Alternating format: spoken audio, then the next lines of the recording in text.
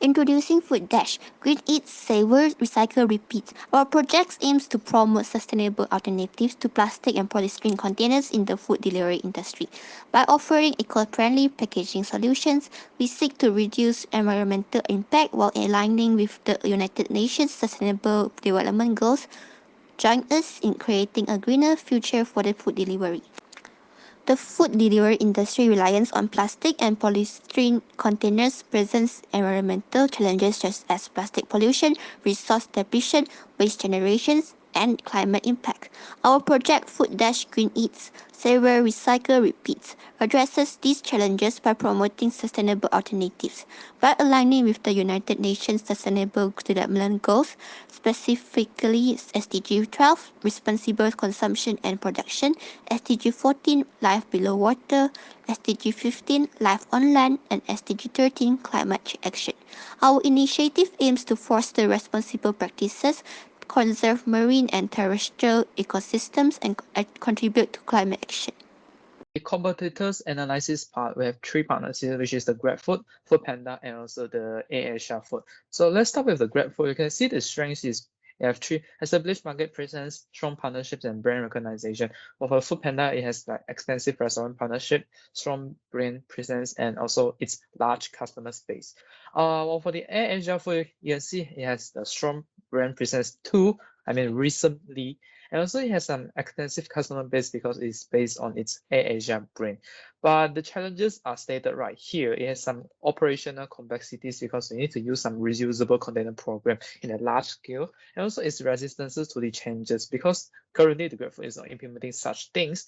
For the FoodPanda, it is kind of the same things, but we can see it has a divergent sustainability initiative. FoodPanda may have their own sustainability initiative in places, and also it has resistance from the partner restaurants. Some restaurants resist to have some such initiative. And you can see for the FoodPanda, and also the AirAsia Food, right?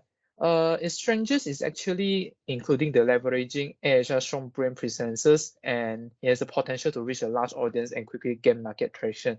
For the challenges, right, you can see the AirAsia mainly focus on the airline passengers and may not have a strong presence in the local food delivery market, posing challenges in terms of competition and customer adoption.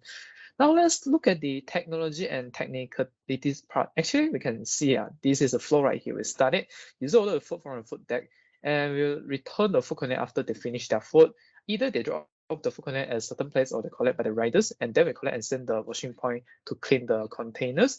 And lastly, we send and distribute back the container to the restaurant. So it is like 80% on the technology and 20% on the technical parts. So for the technology part, we have some like mobile application and online platforms, digital tracking system, container cleaning and sanitization technology, container return and collection algorithm, data analytics and reporting, and also some customer support.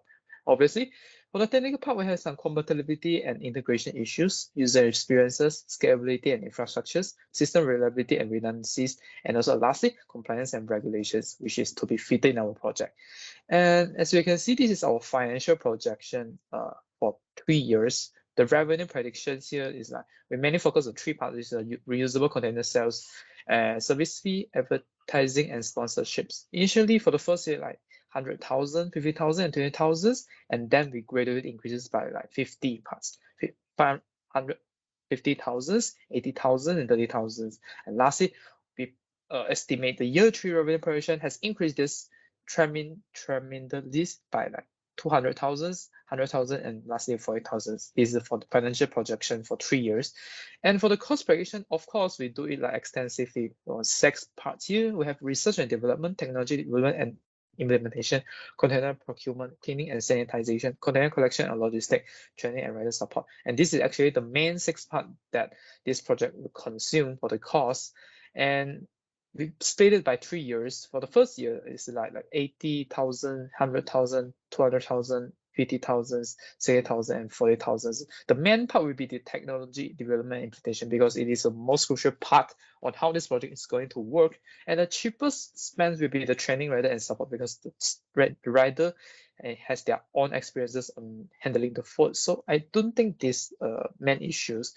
And for the second year and third year is basically the same, but the cost is going to be lower, of course. Why? Because we have the previous revenue generated much larger than the cost, so we can actually compensate the cost with those revenue.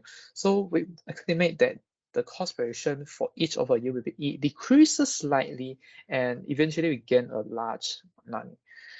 And now, lastly, we're going to the advocacy planning implementation, which is the hardest part for us. So the first step will be the stakeholder mapping, and we actually identify the key stakeholder involving in the food delivery industry, because this is what makes our project, right? So we need to analyze their interests, influences, potential roles in supporting the reusable container program. And secondly, partnership development. Okay, this is quite important because we need to engage with the food delivery platform, restaurant, and other industry so that we can make our program more successful, right? Without the partnership, we are nothing. And also the communication and messaging. Oh, this is a more important part because we need some comprehensive black and white, and also the communication plan to raise awareness between the industry or the partner, and also the netizens, and also the citizens role. And we need some public awareness campaign to raise this project among the neighborhoods, and also with some policy advocacies for support our policies and regulation to promote the adoptions of reusable container in the food delivery industry. And with this, we also need some community engagement because we need the support from the community so that they will involve in the local communities in the program implementations. And next, we'll be going to the advocacy events and workshops. By handling and organizing these advocacy events, workshops, and also some conferences, we can bring together those relevant stakeholders, experts, and the thought leaders to make this program more successful. Also, we need some monitor and evaluation for some postmortems so that we can evaluate their effectiveness, advocacy strategies to approach some necessary methods so that to have the maximum impact on our project. And also we need to evaluate our sustainability and continuity on this project. We need to develop a long-term sustainability plan to ensure the continuity of the advocacy effects to beyond the initial phases. So lastly, this is the policy advocacy will be implemented. We are advocate to support the policies and regulation to promote the adoptions of reusable content in the food delivery industry.